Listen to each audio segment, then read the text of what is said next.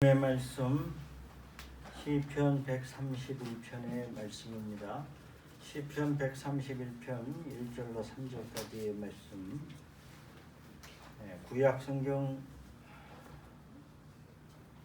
900페이지, 구약 성경 900페이지입니다. 시편 131편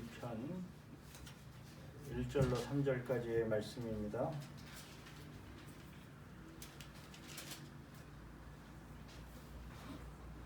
다 찾으셨어요? 예. 감사합니다. 제가 1절 읽고 여러분 2절 읽으시고 3절은 우리가 합하여 한 목소리로 읽겠습니다.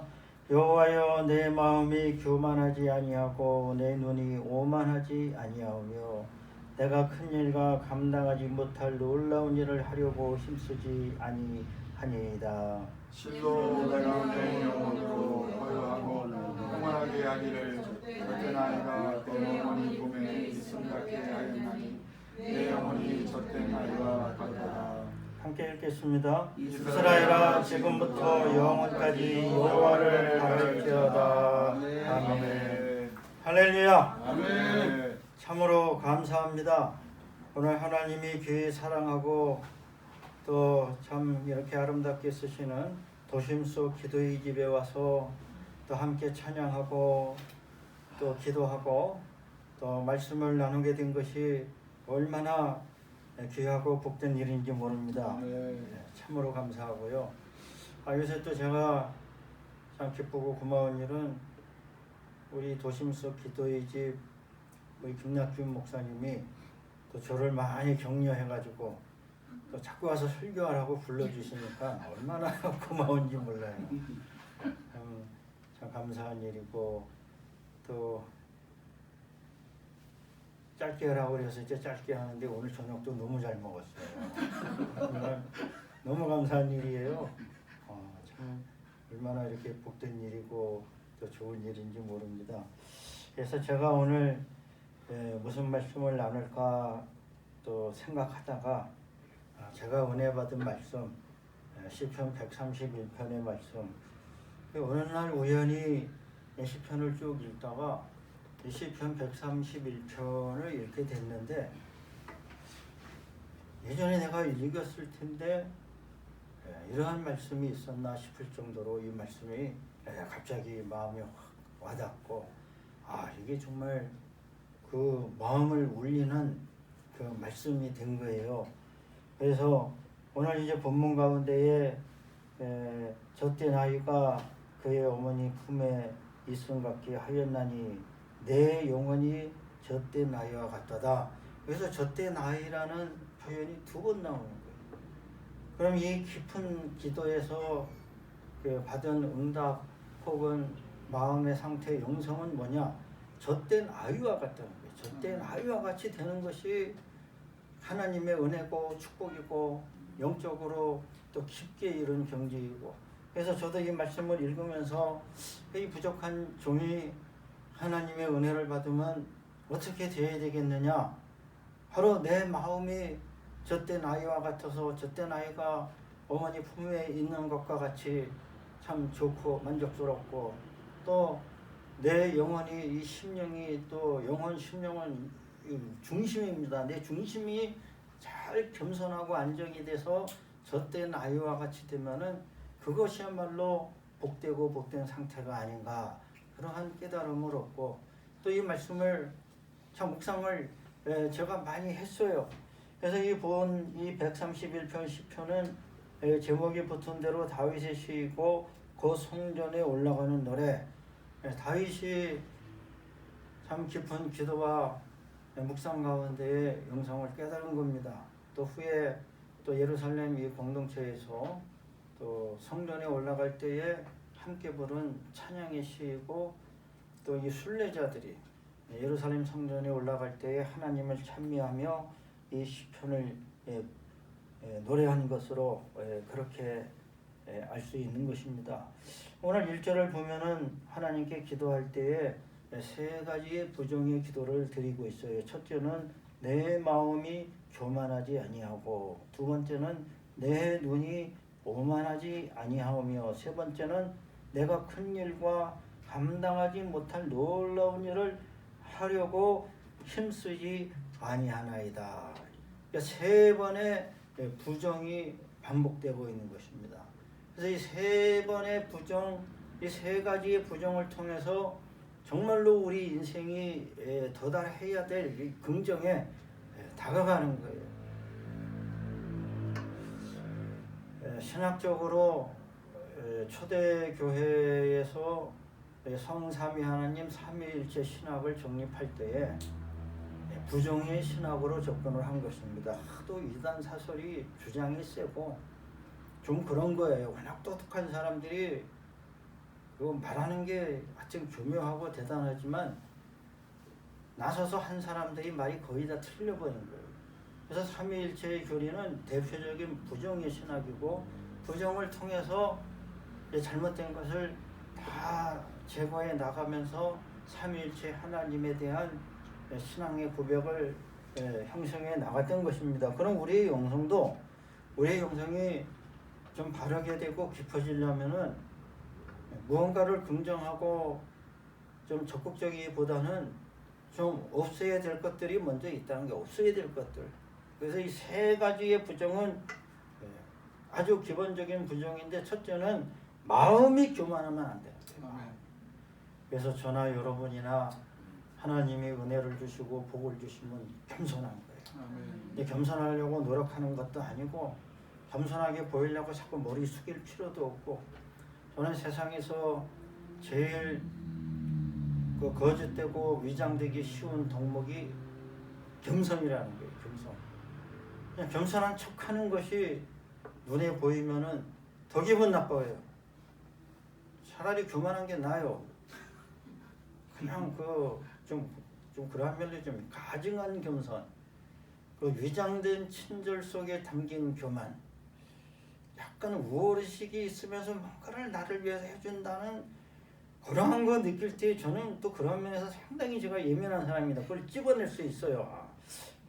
그런 건 아닌데 그런 생각이 들 때가 있는데 아무튼 이 겸손은 뭐 우리가 겸손하려고 해서 될 것도 없고 또 상황이 나빠져서 가난하고 병들고 외로워져 가지고 할 수 없이 겸손해지는 것도 어쩔 수 없고 뭐 이러한 여러 가지 원인은 있을 수 있지만 우리가 깊게 기도하고 하나님의 은혜를 받으면 마음의 베이스가 내려가는 거예요. 아멘. 겸손한 자리로 내려가서 내 마음이 교만하지 않고 참 이 지복의 상태인 것입니다. 두 번째로 내 눈이 높지 않고 눈은 정상적으로 달려야 됩니다.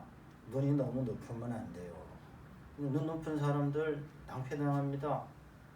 눈높이가 좋아야 된다는 말씀이에요. 눈이 너무 낮아가지고 땅만 보고 다니고 땅에 못 떨어졌나 그게 얼마나 피곤한 인생이에요. 근데 눈이 너무 높아요. 이상도 좋고 꿈도 좋지만은 참 꿈이 높고 큰 게 좋지만 어떻게 보면 그게 피곤한 거예요. 꿈이 너무 높고 커도 이루려면 고생스러워요. 그렇다고 우리가 꿈을 같이 말아야 되는 건 아니지만 우리가 다 서로 같이 꿈도 꾸고 우리가 서로 꿈꾸면서 서로 잘 돼야 됩니다. 할렐루야. 아멘. 서로 복을 빌어주고 기도하고 잘 돼야 되지만 눈이 너무 높으면 고생이에요. 특히 지금 여기는 그런 분들이 없으니까 말씀드리는데 이제 청춘 남녀들이 자기 상대방을 찾을 때에 대체로 잘 못 찾는 사람들은 너무 눈이 높아가지고 배우자를 너무 그냥 그렇게 좀 높은 기준으로 배우자를 찾다 보니까 만나기가 힘든 경우가 많아요. 그래서 좀 어른들이 볼 적엔 좀 눈을 낮춰라. 너무 인물 보지 마라. 또 배우자를 고를 때에 너무 직업이나 배경을 보지 말고 사람을 보고 눈이 높으면 안 돼. 그래서 우리 인간은 몸이 100이라면 90인가 99가 눈이라고 그랬어요. 눈을 보면 압니다. 사람은 서로 눈을 보면 이 사람이 어떤 사람인가 대충은 알 수 있고 또 그 눈에서 그 사람의 상태가 다 흘러나오고 사랑도 감추지 못하는 게 눈을 보면 알아요. 이 사람이 나를 사랑하는가 안 하는가. 누구야? 사랑이 다 눈으로 흘러나오기 때문에. 여러분 그렇지 않아요? 눈을 보세요. 근데 교만한 사람은 그 신체적인 특징으로 항상 눈 뜨는 게 달라요. 눈을 치켜뜨고 가자미 눈으로 쳐다보고 남을 뭐 그냥 내리깔면서 그냥 이러한 거는 정말 자기도 모르는 사이에 그렇게 되는 거고, 눈이 높으면은 하나님이 높여주지 않습니다.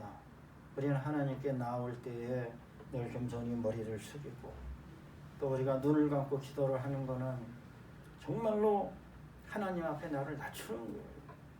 그래서 내 눈이 높지 않고, 세 번째로 크고 기이한 일, 또 감당하지 못할 놀라운 일을 하려고 힘쓰지 아니하니이다. 할렐루야. 아멘. 다윗이라는 분은 크고 기이한 일, 감당하지 못할 만큼 놀라운 일을 많이 한 사람입니다.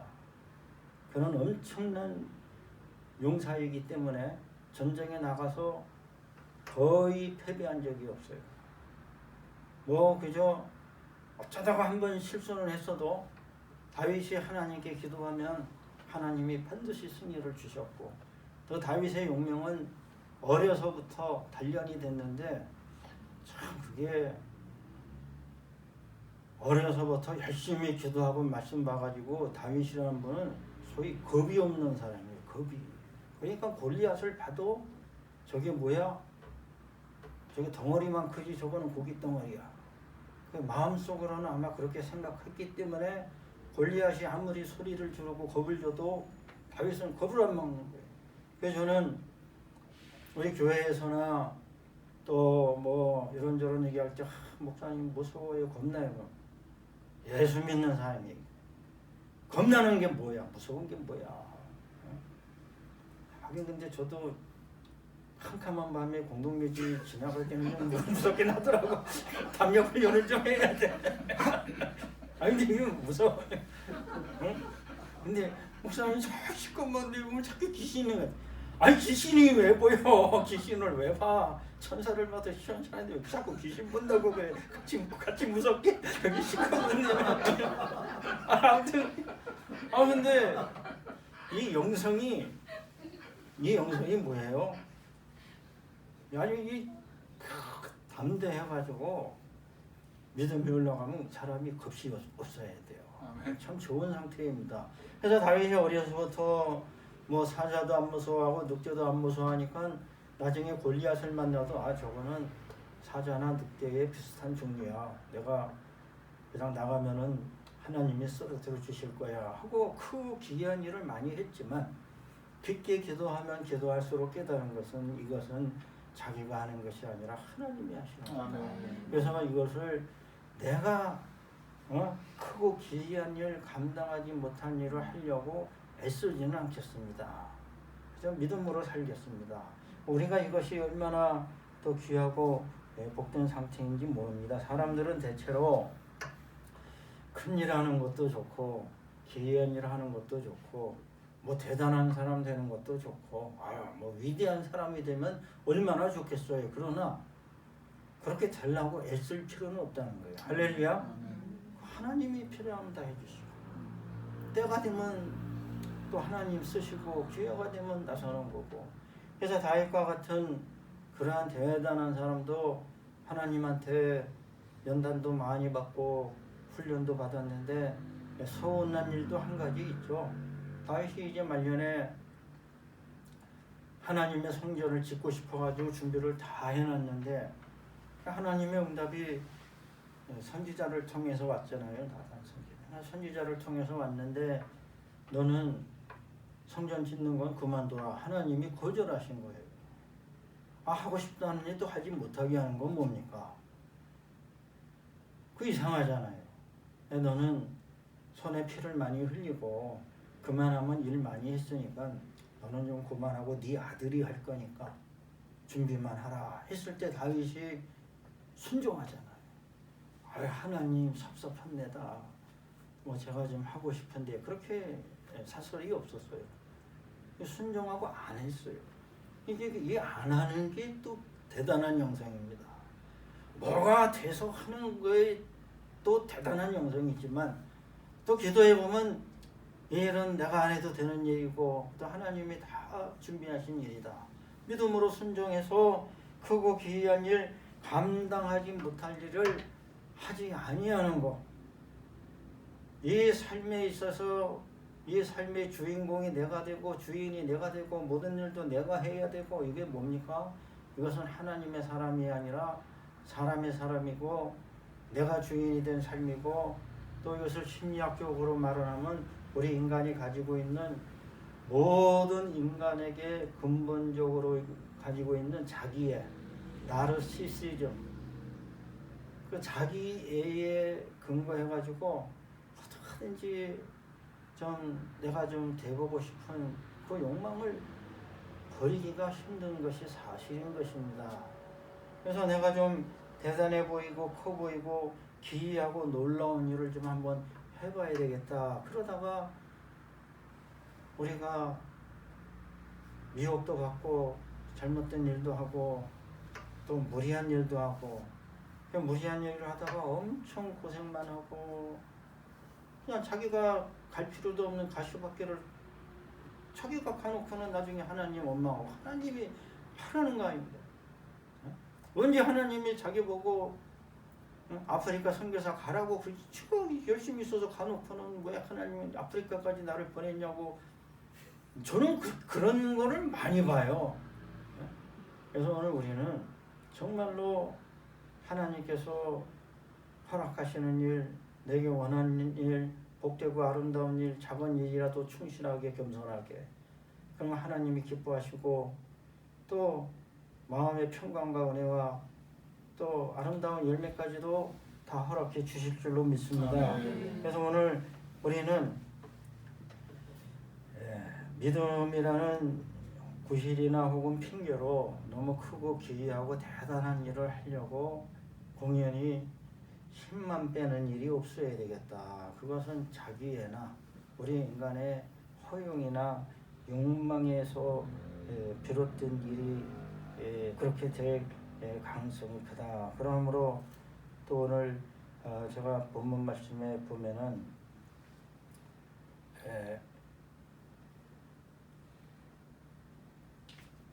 우리가 그 갈라디아서 5장 26절에 사도 바울이 갈라디아 성도들에게 말씀하시기를 서로 노엽게 하거나 서로 투기하지 말지니라. 갈라디아서 5장 26절.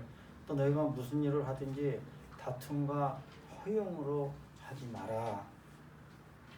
그냥 낮은 마음, 겸손한 마음, 진실한 마음으로 주님을 위해서, 이웃을 위해서 내가 섬기고 희생하겠습니다 하다 보면 하나님께서 자꾸 좋은 길을 열어주시고 복된 길을 열어주시고 좋은 아이디어도 주시고 기회도 주는데, 간혹 가다가 교회 내에서도 무슨 일을 하려다 보면은 다툼과 허용으로 하는 수가 있고 또 그렇게 서로 욕심을 내고 경쟁하듯이 일을 하다 보면은 서로 노엽게 하거나 서로 투기하는 일이 생길 수가 있다는 것을 우리는 조심해야 됩니다. 그래서 무슨 일을 하든지 화평하고 작은 일을 해도 기쁨으로 하고. 그래서 제가 교회를 개척하고 한때 늘 마음에 새겼던 말씀이 그때나 지금이나 작은 일이라고 거절하는 사람은 작은 사람에 불과하다라는 말이에요. 나는 좀 큰 일을 해야 되는데 엄청난 일, 그런 게 아니라는 거죠. 작은 일도 주님이 주신 일 감사합니다. 무슨 일이든지. 그러는 사람이 천국에서 큰 자고 또 하나님이 기뻐하시고 상급도 많고 또 마침내 그러한 사람이 금국에 가서는 큰 일도 하는 줄로 믿습니다. 큰 일도 하나님이 맡겨주시는 거예요. 그러므로 이 세 가지 부정에서 출발하고 하나님 앞에 다짐하는 것은 오늘 2절 말씀에 실로 내 영혼으로 고요하고 평온하게 하기를 젖된 아이가 그의 어머니 품에 있음 같게 하였나니 내 영혼이 젖된 아이와 같도다. 여기에 젖된 아이라는 표현이 두 번 반복되고 있고 오늘의 핵심 단어이기 때문에 핵심 단어이기 때문에 설교 제목이 된 거예요. 젖된 아이. 거기서는 이 젖된 아이라는 이 말이 마음에 확 와닿은 거예요. 이 젖된 아이가 어머니 품에 있는 게 뭔가 저는 생각이 안 나요. 저도 분명히 젖먹이였던 때가 있었고, 젖먹이가 뭡니까? 젖만 먹는 애가 젖먹이죠. 우리는 이제 젖을 다 떼가지고 젖된 아이에서 젖된 어른이 돼가지고 오늘 우리가 맛있는 거 얼마나 많이 먹었어요. 너무 감사하잖아요. 그런데 이 젖먹이는 24시간을 엄마 젖만 먹고 똥만 싸고 잠만 자는 게 젖먹이에요.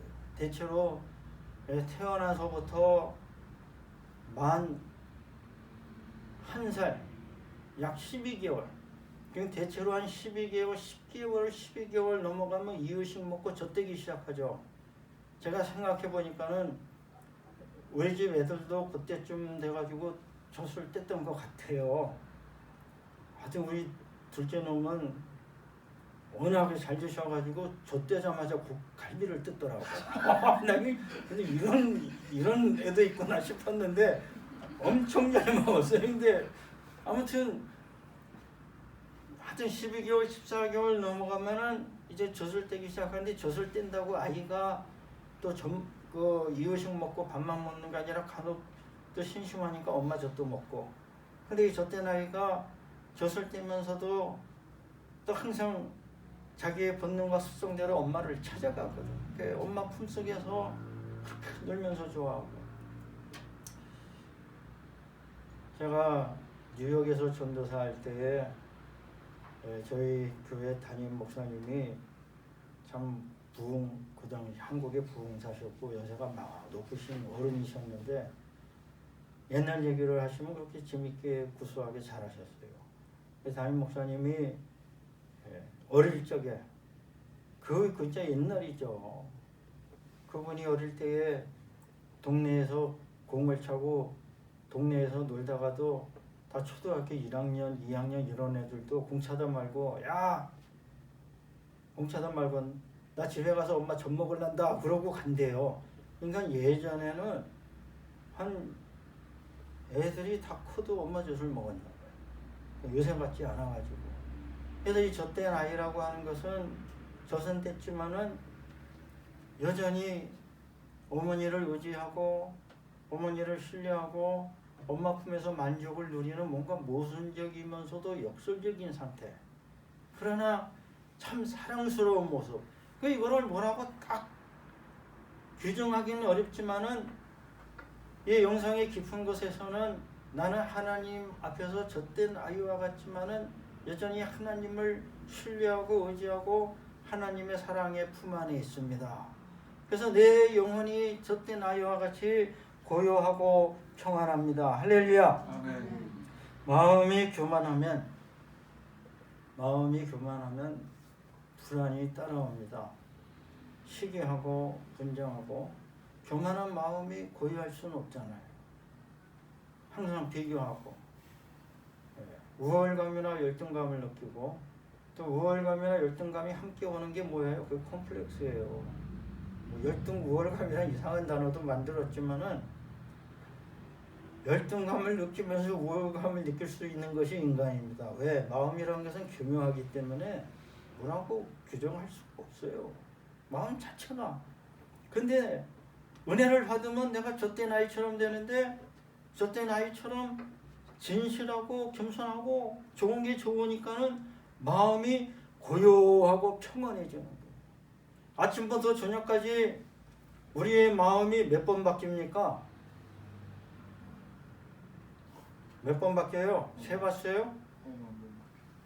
이 김학균 목사님은 머리가 너무 좋으면 머리가 너무 좋아서 5만 번 바뀌는 거예요. 5만 가지 생각을 하니까.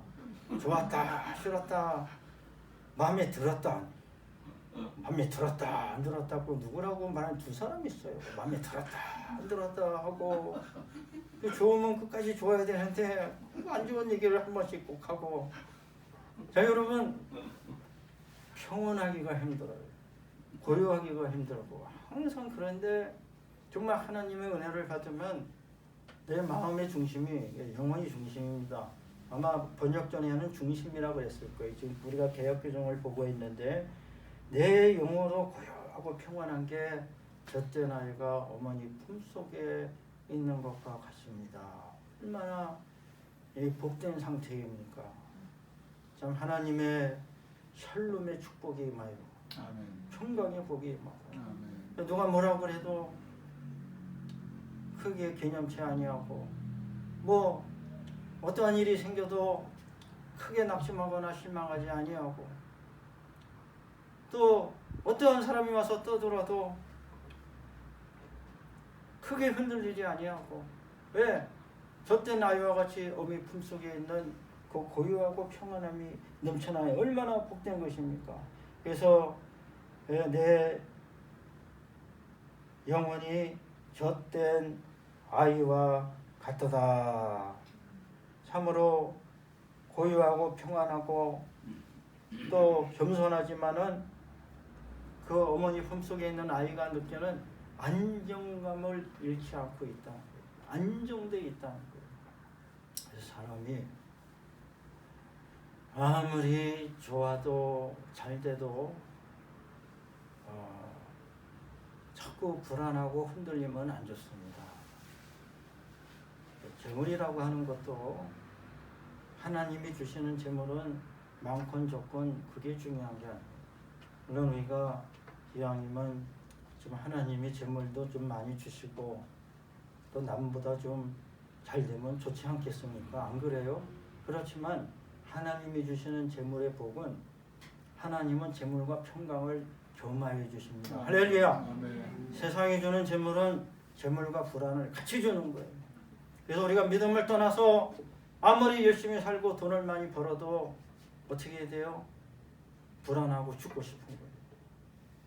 돈이 수백억이 아니라 수천억이 있어도 정신과에 가서 상담합니다. 돈이 수백억 아니라 수백억 아니라도 한 1억만 있어도 좋겠어요. 그런데 돈을 수백억 아니라 수천억을 가지고 있는데 1억이 너무 많아요. 1,000만 원만 넣어도 됐어요.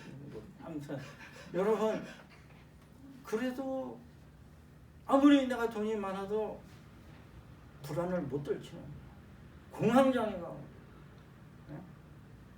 특히 연예인들도 공황장애. 왜? 아무리 인기가 높고 수입이 커도 늘 시달리는 거예요. 또 조직폭력배가 아무리 조직을 관리를 잘해가지고 돈을 많이 벌어도 언제 칼 맞아 죽을지 몰라요. 진짜 그럴 것 같아요. 그래서 아무리 내가 이 세상에서 소위 남보기엔 부러운 삶을 사는 것 같아도 내 중심이 젖된 아이와 같지 아니하면 불안한 거예요. 불안을 떼칠 수가 없고 발 뻗고 잠을 못 자고 뭐를 먹어도 불만스럽고 감사가 없고 기쁨이 없고 찬양. 왜? 내 영혼의 중심이 젖된 아이와 같지 않기 때문에 하늘로부터 내려오는 위로와 소망을 느낄 수가 없는 것입니다. 그러므로 우리는 늘 모여서 기도할 때에 이 젖된 아이와 같은 심정으로 주님의 품에 안길 수 있기를 바랍니다. 아멘. 물론 우리가 구하는 것도 응답 받아야 돼요. 간절한 거 부르짖어 기도해야 됩니다. 그와 동시에 또한 우리는 하나님이 주시는 위로와 소망, 평강을 기본적으로 우리가 안고 가는 거예요. 아멘. 하나님 날 사랑하시고 도와주시는 거예요. 그러므로 오늘 마지막에 이스라엘아 지금부터 영원히까지 여호와를 바랄지어다. 원문의 뜻은 이스라엘 모든 사랑하는 나의 동포요 동족이요 지금부터 영원까지 우리의 희망을 하나님께 둡시다. 하나님께 희망을 두고 지금부터 영원까지 우리가 전진해 나갑시다. 우리의 희망은 지금부터 영원까지 시간을 통틀어서 우리를 보고 계시고 이끌어 주시는 하나님에게 있습니다. 아멘. 하나님께 우리의 희망을 두고 나갑시다. 아멘. 이러므로 오늘 우리가 주님 앞에 나올 때마다 좀 어린 나이의 심정을 가지면 좋겠습니다. 아멘. 저는 예수님께서 여러 가지 좋은 말씀을 많이 우리에게 주시고 갔지만 예수님이 주신 참으로 놀라운 말씀 중에 하나는 너희가 어린이처럼 되라는 말씀이에요. 왜 어른이 돼가지고 어린이처럼 돼가지고 왜 어린이 어린아이처럼 돼야 될까? 우리가 어린아이처럼 되지 아니하면 결단코 하늘나라를 받들지도 않고 아버지를 부르지도 않고 조금만 커도 아들이 어릴 때만큼 아버지를 의지 안 하잖아요. 자식을 다 키워서 제가 지금 보니까 다 키워놔가지고 이제 좋기는 좋은데 할 일도 별로 할 일도 없고 왜 별로 저한테 요구하는 것도 없어요.